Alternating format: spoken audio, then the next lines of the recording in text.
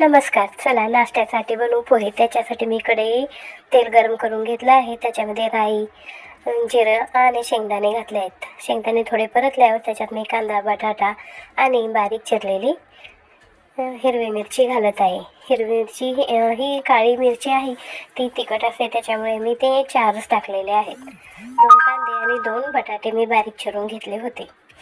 आता हे मी व्यवस्थित गॅसची फ्लेम लो ठेवून व्यवस्थित परतत आहे.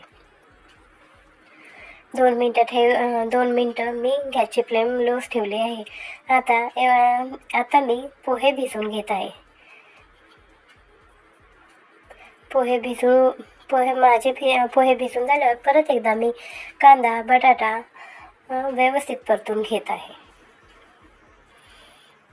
गॅसची फ्लेम लो ठेवायची, त्याच्यामुळे कांदा, बटाटा आपला व्यवस्थित भाजला जातो.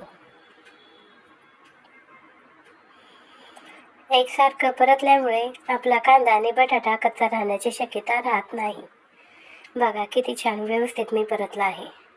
आता ह्याच्यामध्ये मी थोडीशी हळदपीठ, थोडंसं चवीप्रमाणे मीठ आणि चवीप्रमाणे थोडीशी साखर घालत आहे. हे पण मी चांगलं मिक्स करून घेत आहे.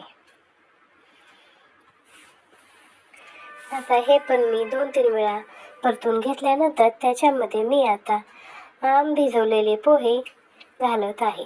हे पोहे मी 2-3 वेळा स्वच्छ पाण्याने धुवून घेतले होते. 2-3 वेळा धुतल्यामुळे पोहे एकदम मऊ असे भिजलेले आहेत.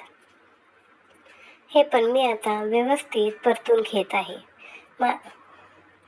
बघा माझी गॅसची फ्लेम लोच आहे.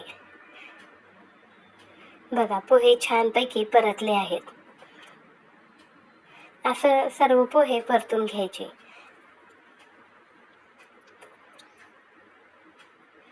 बघा दिसायलाच इतके सुंदर हे पोहे दिसत आहेत. आता या पोह्यामध्ये मी बारीक चिरलेली कोथिंबीर आणि अर्ध्या लिंबाचा रस पण पिळत आहे.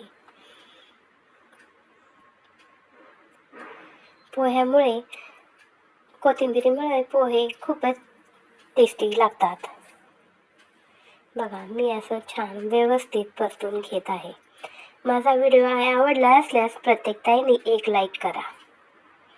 पोहे झटपट, साधी सोपे पोहे, झटपट पोहे, सर्वांच्याच आवडीचे, कमी वेळात झटपट पोहे. बघा या पोहे खायला सर्वांनी. धन्यवाद.